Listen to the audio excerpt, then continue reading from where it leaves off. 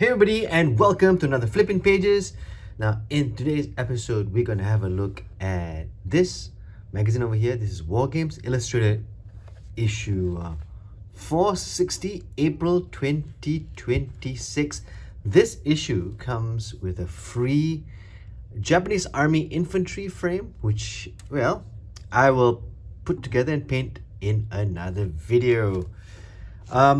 The cover art is, let me see, yes, it's by Peter Dennis, and well, his art's always really nice. And if you like really nice full art without the obstruction of the title and all these other bits, consider subscribing to Wargames Illustrated Prime. And this is also always the time for me to let you know that Wargames Illustrated is not in any way paying me to promote the magazine. I just do it because, you know, I like flipping magazines, and if they are still printing, I get something to flip. Simple as that. Okay, we start off with observation post. And observation post, we start off with Warlord Games' Conflict 47 Festung Europa. And this is the I think this is the zombie expansion to Conflict. Here in the store, Conflict has not really taken off as well as I thought it would, but that could change with the with every new expansion. So I'm always quite hopeful. And in this expansion, you get a whole lot of this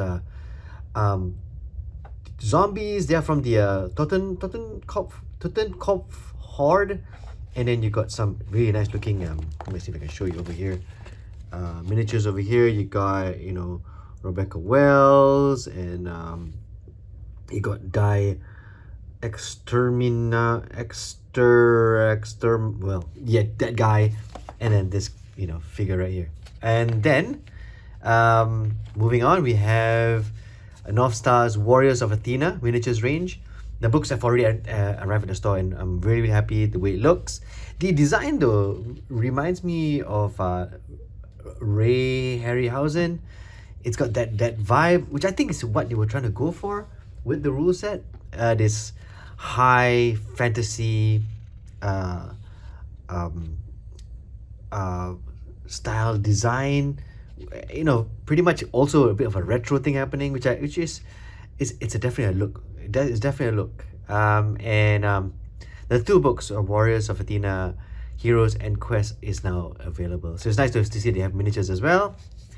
Moving on, we have the advertisement for Festung Europa, and then Wargames Illustrated in collaboration at Salute. You'll probably get the Giants in miniature range that they have over there. I've got I think one pack of them.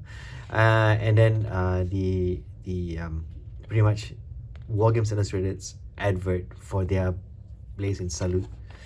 Moving along, we have the release radar, and these are all the new stuff that Dom Soares found or likes or wants to feature, including Age of Eagles 2 by Colonel Bill. I mentioned in the last flip through that I did not know who he was, but now as you can see, he's got this expansion out here. He was talking about the expansion in the last magazine. Now this magazine you can actually get for free, which is, I think, is a really great idea. And then we have Caliber Books, and Caliber Books has Texas at War and Mad Dogs Go West. And they got some downloadable banners here, some terrain from Battle Scale, from Scotia Grendel, you know, from Mardev. And then we have miniatures from Footsore, and this is the let me see, where is it? It's a 28mm Slough the Fen Wanderer, which is very cool. And then we have Crooked Dice, who are always like interesting when they release a range of miniatures, because you don't know where they're taking reference from. For example, this Volkswagen van here, which has a little bit of which, you know, if you're into the you know, weapon wielding turtles, you recognize this van. And if you're into a bunch of you know, pesky little kids with their dog, you'd probably like this van over there. And then you got some really nice miniatures over here as well, all from Crooked Dice. Next up, we got Empress miniatures and the Afghan camels, and then we have Dice of War with the Australian 6th and 9th Infantry Division dice. And then we have Wargames Atlantic with a whole page to themselves. There's the Azincourt box set armies, and then they have the Marcher Empires at War. This is actually very curious to me. I'm not so sure. I'm not so sure where this is coming from, to be honest. But the figures don't look that bad. I might be interested to have a look see. And then we have Piano War Games, Ghost House Plastic. We did a look inside unboxing of this box here. So if you're interested, you can go and have a look and see what's what, or how we did the unboxing. And then we have what's to come, or it's already here by now, which is the French Resistance Women box, and this another vehicle, the Damned Mauler, which is very, very cool. It's always nice to have a vehicle kit they can put together. Moving along, we have the Chaos, the Cultist Knights from Frostgrave. This is new. The box just came out, so there's an advert for that, and they got Pillage, and this is their Treasures and Chess set. Moving along, you got the cover mount, and cover mount pretty much talks about this cover mount here, this frame, and what it does is it breaks it down. Now, I'm so happy that they put this in the magazine. So I'm not going to go through this right now, but later when I'm attempting to talk about this frame and paint them in another video, I'll come back to this article right here. Moving along, Arnhem Operation Market Garden is one of the places that you can go on tour with the Cultural Experience Military History Tour, the Cultural Experience Tour Group. And then we got Battlefront with their Blitzkrieg box set, the German Light Tank Company. Okay, moving along. We've got a battle report from Trench Crusade, which when I opened and saw this article here, it was a, I wouldn't say it's a shock, but it's quite a nice surprise. Now, if you haven't played Trench Crusade or you're curious, what this does, it gives you an idea how the game plays, how the units work, and also gives you an idea on how to build terrain for your own pleasure. Very nice surprise article, if you ask me, in Wargames Illustrated, a Trench Crusade battle report. Moving along, we got First Corps, and in this advert, it's the 28 ancient Scythians, Greeks, and Achaemenid Persians. Like I said, I always like First Corps. They always have some nice miniatures they want to show you in their adverts, which I think is a great idea. Okay, Skirmishing Out of Time. This is also a really, really nice article, and this is basically this article uses the Perry's Skirmish in a Box, and it uses the Spectre Operations Out of Time rule set, which at the moment I've been really interested to have a look at. Spectre Operations is pretty much the